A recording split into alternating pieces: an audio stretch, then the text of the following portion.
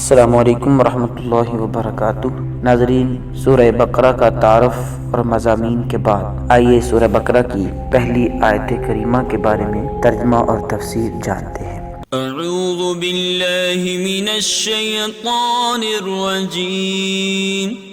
بسم اللہ الرحمن الرحیم، الف لام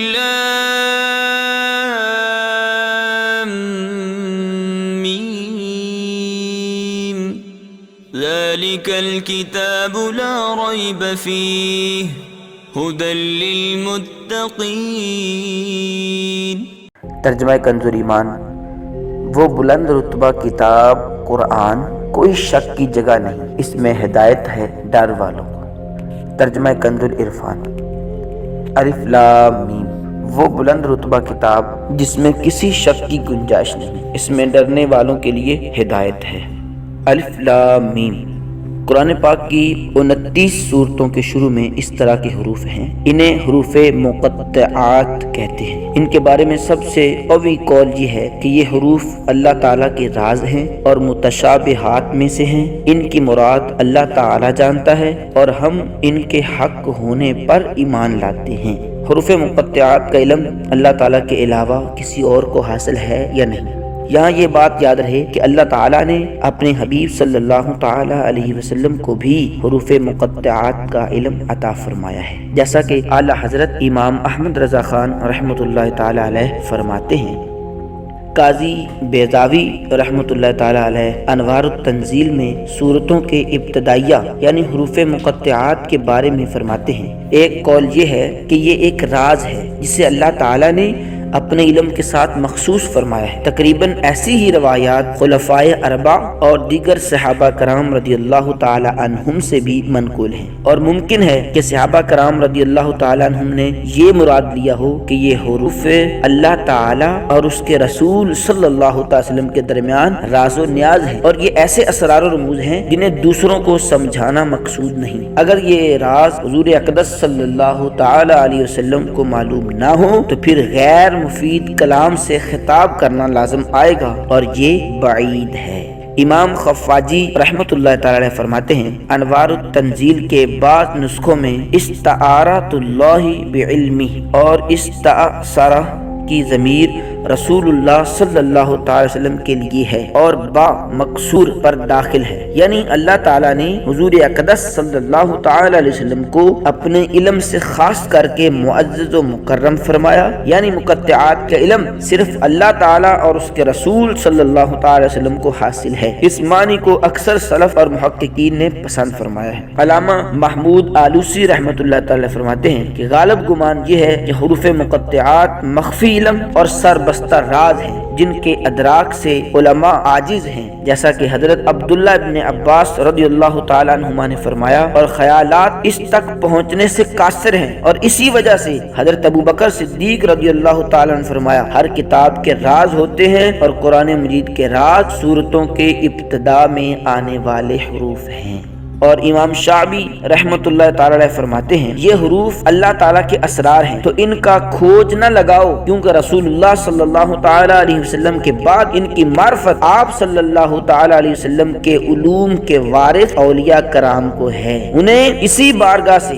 ان اسرار کی معرفت حاصل ہوتی ہے، اور کبھی یہ حروف خود انہیں اپنا معنی بتا دیتے ہیں، جیسے نبی کریم صلی اللہ تعالی علیہ وسلم کے ہاتھوں میں کنکریوں نے تسبیح کے ذریعے کلام کیا، اور گواہ گو اور ہرن حضور اقدس صلی اللہ تعالی علیہ وسلم سے ہم کلام ہوئے، جیسا کہ ہمارے آباء و اجداد یعنی اہل بیت رضی اللہ تعالی عنہم سے یہ بات حروف مقطعات کا علم ہونا صحت سے ثابت ہے۔ بلکہ جب کوئی بندہ قرب نوافل کے درخت کا پھل چنتا ہے تو وہ ان حروف کو اور اس کے علاوہ کے علم کو اللہ تعالیٰ کے علم کے ذریعے جان لیتا ہے۔ اور جہاں تک اس بات کا تعلق ہے، بعض علماء نے یہ کہا ہے اگر ان کا کوئی مفہوم نہ ہو تو ان کے ساتھ خطاب مہمل خطاب کی طرح ہوگا، یہ بات ہی مہمل ہے اگرچہ اسے کہنے والا کوئی بھی ہو، کیونکہ اگر تمام لوگوں کو سمجھانا مقصود ہو تو یہ ہم تسلیم نہیں کرتے، اور اگر صرف ان حروف کے مخاطب کو سمجھانا مقصود ہو اور یہاں رسول اللہ صلی اللہ تعالی علیہ وسلم ہیں تو اس میں کوئی مومن شک نہیں کر سکتا کہ سرکار دو عالم صلی اللہ تعالی علیہ وسلم ان کا معنی جانتے ہیں۔ اور اگر اس سے بعض لوگوں کو سمجھانا مقصود ہے،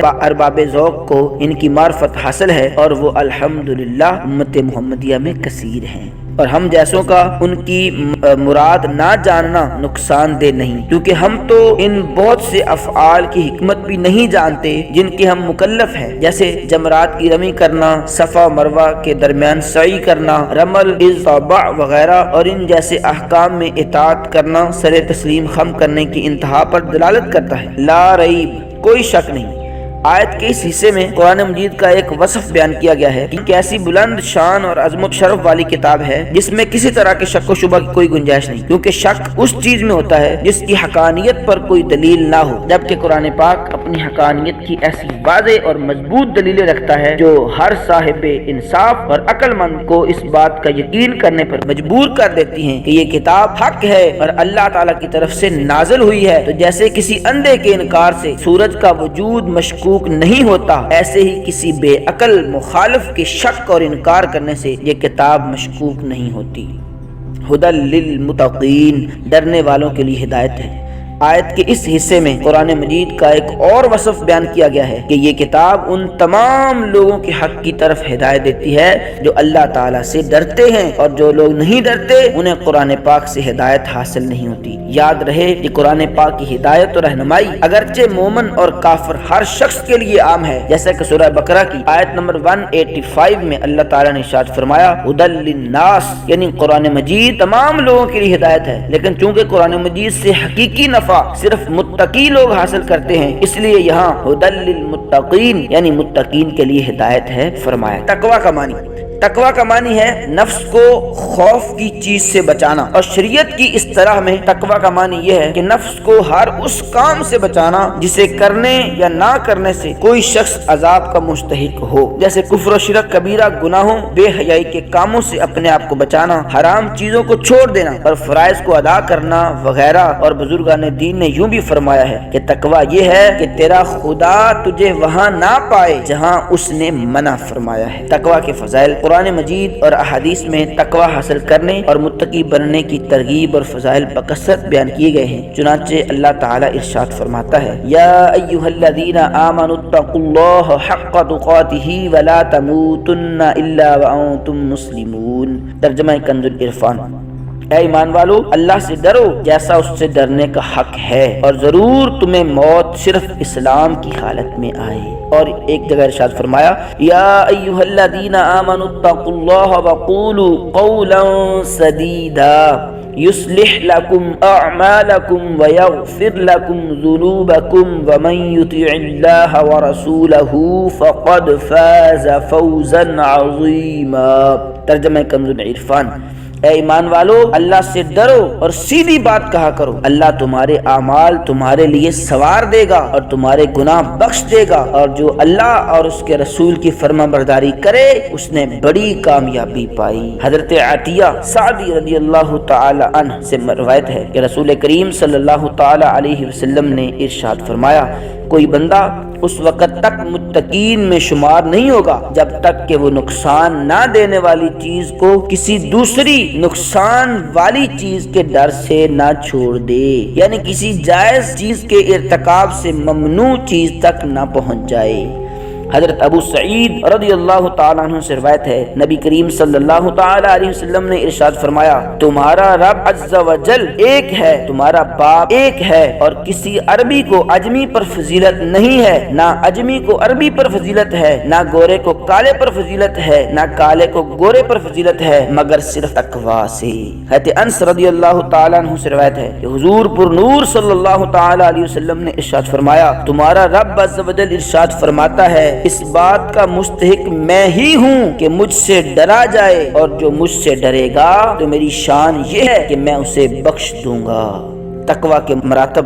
علماء نے تقوی کے مختلف مراتب بیان فرمائے ہیں، جیسے عام لوگوں کا تقوی ایمان لا کر کفر سے بچنا ہے، متوسط لوگوں کا تقوی احکامات کی پیروی کرنا ہے اور ممنوعات سے رکنا ہے، اور خاص لوگوں کا تقوی ہر ایسی چیز کو چھوڑ دینا ہے جو اللہ تعالیٰ سے غافل کر دے۔ اور اعلیٰ حضرت امام احمد رضا خان علیہ رحمت الرحمن کے فرمان کے مطابق تقوی کی 7 قسمیں ہیں۔ نمبر 1 کفر سے بچنا، نمبر 2 بد مذہبی سے بچنا، نمبر 3 کبیرہ گناہ سے بچنا، نمبر 4 صغیرہ گناہ سے بچنا، نمبر 5 شبہات سے پرہیز کرنا، نمبر 6 نفسانی خواہشات سے بچنا، نمبر 7 اللہ تعالیٰ سے دور لے جانے والی ہر چیز کی طرف توجہ کرنے سے بچنا، اور قرآن عظیم ان 7 مرتبوں کی طرف ہدایت دینے والا ہے۔ اللہ تعالیٰ ہمیں متقی اور پرہیزگار بننے کی توفیق عطا فرمائے۔ اللہ تبارک و تعالی ہم سب کو پڑھنے اور عمل کرنے کی توفیق عطا فرمائے، آمین ثم آمین یا رب العالمین۔ ناظرین، اس ویڈیو کو صدقہ جاریہ سمجھتے ہوئے زیادہ سے زیادہ شیئر کیجیے، لائک کیجیے اور ہمارے چینل کو سبسکرائب کیجیے۔